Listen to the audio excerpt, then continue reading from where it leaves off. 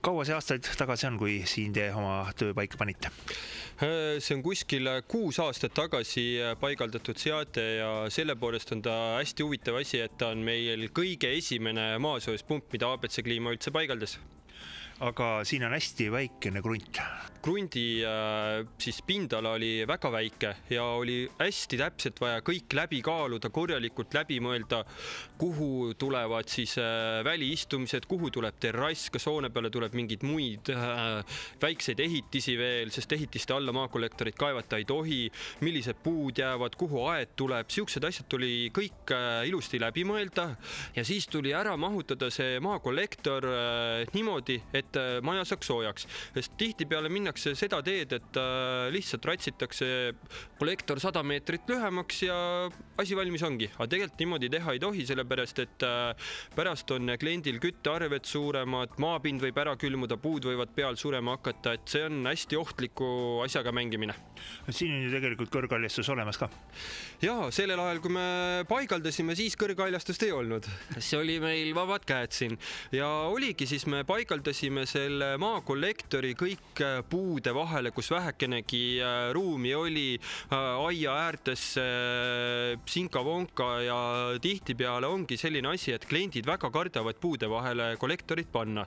Et puud surevad pärast ära, kui seal juurte vahel kaevata ja toru panna, toru külmutab veel, suur hirm ja äkki puud surevad ära. Aga siin on selline hea näide, kus 6 aastat tagasi on paigaldatud kollektor, kõik puud ilusti elavad.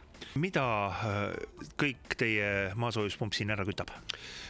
Maasoojuspump kütab ära terve maja, kogu köötava pinna siis, toodab tarbevee ja küttejaotus on tehtud siis põrandaküttega, nii esimesel kui teisel korrusel.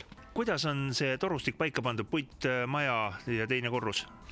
Jaa, tavaliselt on küll niimoodi, et põrandakütet on harjutud paigaldama ikkagi betoonivalu sisse, aga on teatud sellised paigaldusnipid, kuidas saab paigaldada ka puitkarkass vahelagedesse põrandakütet. Ja üks võimalusi siis on paigaldada peegeldusplekkide abil puitkarkassi peale see põrandaküte. Ehk siis peegeldusplekid juhivad soojuse niimoodi laiali, et ei tekiks siukest triibulist sebraefekti, kui põranda peal kõnnid, et kord on külm, kord soe, et plekk viib soojuse ilusti ühtlaselt laiali. Ja peal on laud? Ja peal on jah puitpõrand. Kui paksu lauaga tegemist on? Seegi on tähtis. Jaa, laud ei tohi olla üle 2 sentimeetri mingil juhul, sellepärast, et muidu puit on selline hea soojustusmaterjal ja ei kipu see soojus väga sealt läbi tulema. Et jah, nii puitparkett kui ka puitlaudis ei tohiks olla üle 2 sentimeetri. Kui tihti sinna taha soojuspumba ruumi asja on, et reguleerida midagi ja korda seada? Maksimum 5 korda olen külastanud aastas seda ruumi ja üldiselt nagu seda näppima ma ei olegi hakanud kunagi, rohkem nagu muus põhjusel. Kui suur teie maja on? Projekti järgselt kuskil 245 ruudu kanti või niimoodi. Kui suured kulud on?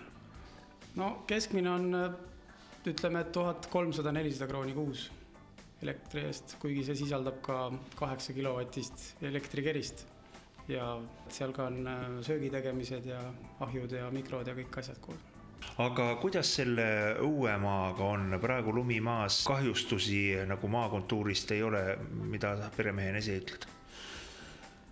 Nagu ei annagi tunda, et oleks üldse mingi maakütte olemas, et selles mõttes, et väliselt, kuigi võib-olla see kevad saabub natuke hiljem võrreldes naabriga, et tavaliselt naabril on juba muru roheline, mul veel tuleb natuke hiljem see asi lihtsalt arvatavasti maapinna külmuse pärast. Kui mõni sõber saunas küsib su käest, et kuule millega oma maja kütta, siis vastus on üks? Just, ikka maaküttega.